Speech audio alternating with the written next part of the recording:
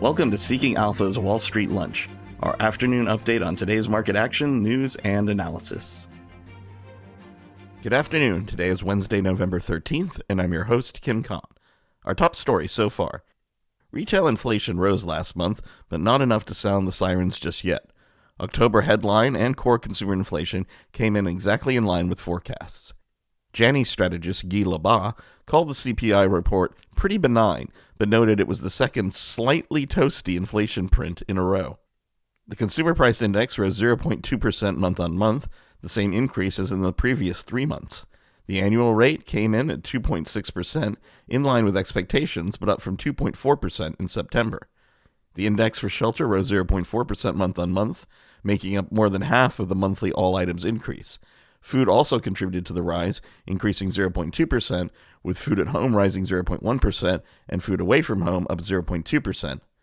Core CPI, which excludes food and energy, rose 0.3% month-on-month. On an annual basis, that comes to up 3.3% versus the 3.3% expected and the 3.3% in September. Supercore CPI, which is core services excluding housing, was up 0.3%. Prices for used cars and trucks, airline fares, medical care, and recreation increased during the month, as the indexes for apparel, communication, and household furnishings and operations were among those that declined. As far as the markets are concerned, an initial pop in stock futures faded quickly. Reaction in the Treasury market was more definitive, though, especially on the short end, with the 2-year yield moving back to 4.3%. Odds of the Fed cutting rates by 25 basis points when it meets in December jumped back above 80%, close to where they were a month ago. Raymond James chief economist Eugenio Aleman says, "It is clear that the Federal Reserve's job is still unfinished and that markets are correct in repricing federal funds rate expectations going forward. Under this environment, it is only oil and gasoline prices that are keeping inflation contained. That is, any surge in oil and gas prices could severely compromise the Fed's inflation target. The Fed should be particularly concerned about the services less energy component of CPI. Skylar Weinand, chief investment officer at Reagan Capital, postulates that the Fed may have only one rate cut left in December before taking a pause from their easing path. With the election behind us and the incoming administration's fiscal policies painting a picture that may lead to increased inflation, the Fed will soon enter wait-and-see mode when it comes to interest rate decisions," he said. Among active stocks today, Groupon slumped as it reported Q3 revenue of $114 million. That was at the lower end of guidance. For Q4, revenue is expected to be between $124 million and $131 million, or a year-on-year decline between 10 and 5%, and much lower than the consensus estimate of $141.93 million. Skyworks Solutions shares are under pressure following guidance concerns. For the current quarter, it expects adjusted earnings per share of $1.57, which is less than the estimate of $1.69. It expects first quarter fiscal 2025 revenue to range between $1.05 billion and $1.08 billion, which is also below the estimate of $1.09 billion.